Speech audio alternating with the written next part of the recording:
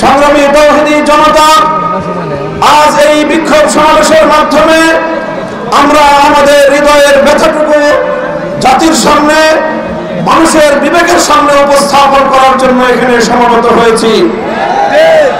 আমরা স্পষ্ট ভাষায় বলতে চাই, এটা আমাদের বুঝতে কোনো কষ্ট হচ্ছে না যে আজকে সুপরিকল্পিতভাবে একটি সাম্প্রদায়িক উস্কানির মাধ্যমে বাংলাদেশে সাম্প্রদায়িক দাঙ্গা বাঁধানোর পরিকল্পিত পায়তারা চালানো হচ্ছে।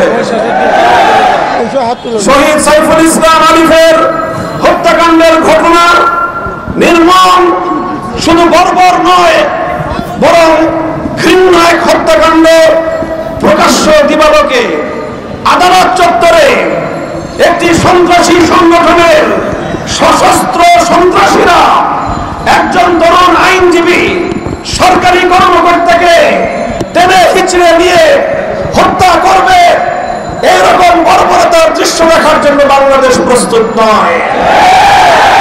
বাংলাদেশ আজ অগ্নিগর্ভ, বাংলাদেশের প্রতিটি মানুষের হৃদয়ে আজ রক্তক্ষরণ হচ্ছে।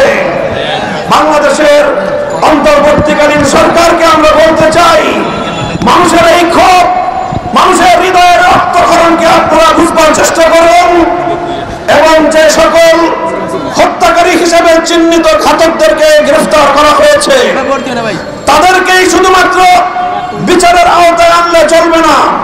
আমাদের স্পষ্ট দাবি হলো, এই ঘটনার নেপথ্যে যারা রয়েছে সেই নেপথ্য খুনিদেরকে বের করে মুখোশ উন্মোচন করতে হবে, তাদেরকেও বিচারের আওতায় আনতে হবে। শহীদ আলিফ হত্যাকাণ্ডের জন্য ইস্কনের স্পষ্ট মদতদাতা খুনি শেখ হাসিনাকে আসামি করে তার লেসপন্দকদের বিরুদ্ধে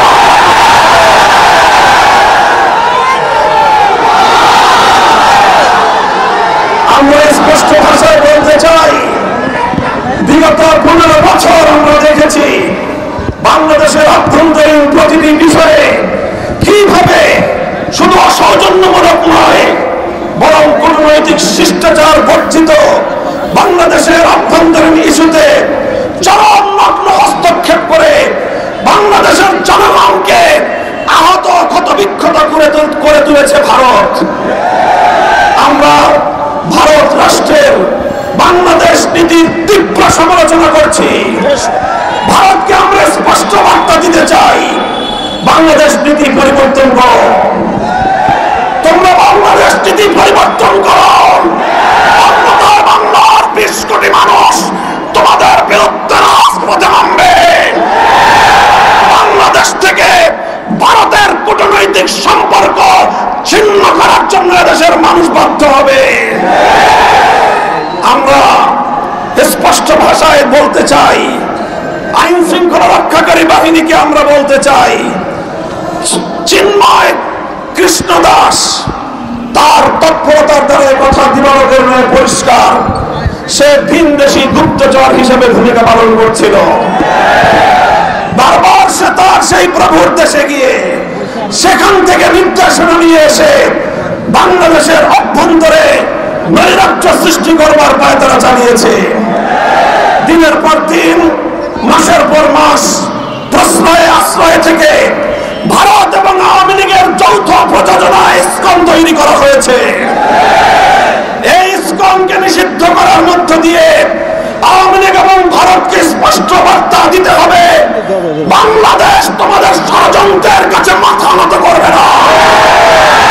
আমরা রক্ত দেব, আমরা জীবন দেব, আমরা লড়াই করব, বাংলাদেশের গৌরব রক্ষা করব, রক্ষা করব।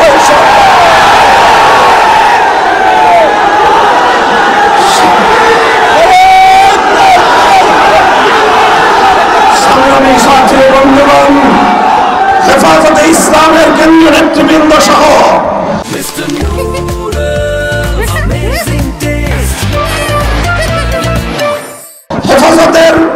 হেফাজতের প্রতিনিধি দল শহীদ সাইফুল ইসলাম আলিফের কবর জিয়ারত করেছে। দর্শক সংযুক্ত পরিবার পরিজনের পাশে দাঁড়িয়ে তাদের কাছে আমরা কথা দিয়ে এসেছি, আলিফ হত্যাকাণ্ডের বিচার বাংলাদেশে হবে। জন্য জীবন দিয়েছে। ভারতীয় আধিপত্যবাদকে বাংলাদেশ থেকে রুখে দেওয়া হবে ইনশাআল্লাহ। ভারত যদি এখনো বাংলাদেশের মানুষের পালস বুঝতে ব্যর্থ হয়, বাংলাদেশের মানুষের বিপ্লবী ক্ষমতাকে যদি ভারত নেগলেক্ট করবার চেষ্টা করে, অসম্মান করবার চেষ্টা করে, ভারত তুমি খামখাম হয়ে যাবে, টুকরো টুকরো হয়ে যাবে। পার্শ্ববর্তী কোন একটি দেশের সঙ্গে তুমি সুসম্পর্ক রক্ষা করতে পারোনি। প্রতিটি রাষ্ট্রের অভ্যন্তরীণ বিষয়ে হস্তক্ষেপ করে তুমি সার্ক অঞ্চল থেকে তুমি একঘরে হয়ে গিয়েছ। তোমার পাশে কোন দেশ নাই। চারপাশ থেকে আমরা ক্ষুদ্র শক্তিগুলো যদি তোমার হাত পা নাক চেপে ধরি, তুমি দম নিতে পারবে না, বিশ্বাস করতে পারবে না। বাংলাদেশের বুকের উপর দিয়ে তোমার সেবাদাসীকে বসিয়ে তুমি একতরফাভাবে একটার পর একটা চুক্তি করে বাংলাদেশ বিরোধী সকল স্বার্থকে ধ্বংস করে একতরফা ভারত সকল স্বার্থ নিয়ে গিয়েছে। বাংলাদেশের বিরুদ্ধে ভারতের বিগত 15 বছরের সকল ষড়যন্ত্রকে আমরা নিন্দা জানাই এবং আবারও স্পষ্ট ভাষায় ভারতকে বাংলাদেশ নীতি পরিবর্তনের আহ্বান জানাই। আমি বলতে চাই, পলাতক শেখ হাসিনা, ফ্যাসিবাদী শেখ হাসিনা, খুনি শেখ হাসিনা অসংখ্য অগণিত খুন এবং হত্যাকাণ্ডের আসামি। বাংলাদেশের বন্ধু রাষ্ট্রের দাবি করে তুমি বাংলাদেশের এই খুনি আসামিকে মাসের পর মাস তুমি প্রশ্রয় দিচ্ছ। আবার এখন তোমার ঘরে বসে সে বাংলাদেশের ইসকনের পক্ষে সাফাই গায়। বাংলাদেশের মানুষকে এতটা দুর্বল ভাবলে ভুল করবে ভারত। অতীতে আমাদের অনেক ঐতিহ্য রয়েছে, ইতিহাস রয়েছে। আমরা ছোট হতে পারি, আমরা ভীরু কাপুরুষের দল নই।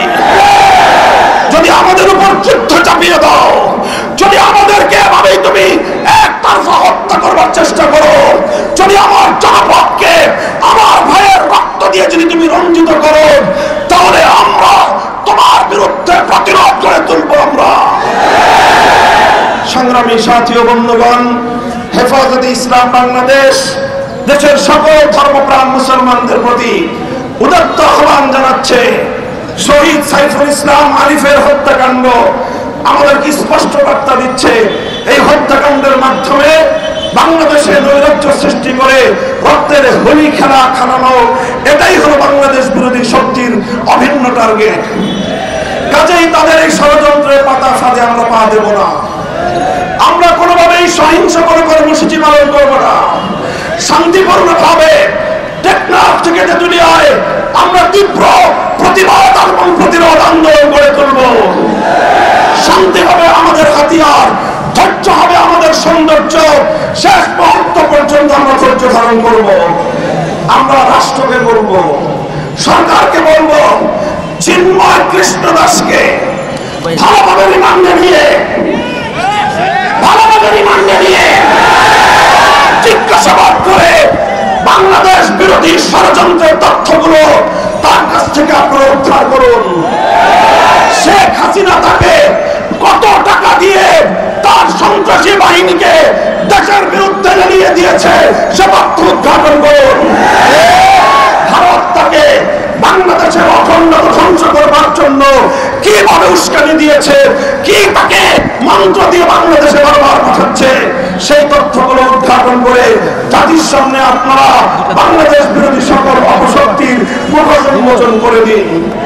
সংগ্রামী সাথী ও বন্ধুগণ, সর্বশেষ আমাদের দাবি হলো শহীদ সাইফুল ইসলাম আরিফ হত্যাকাণ্ডের জন্য প্রত্যক্ষ এবং পরোক্ষভাবে যারা যারা জড়িত অনতিবিলম্বে তাদেরকে আইনের আওতায় এনে দৃষ্টান্তমূলক শাস্তির ব্যবস্থা করতে হবে।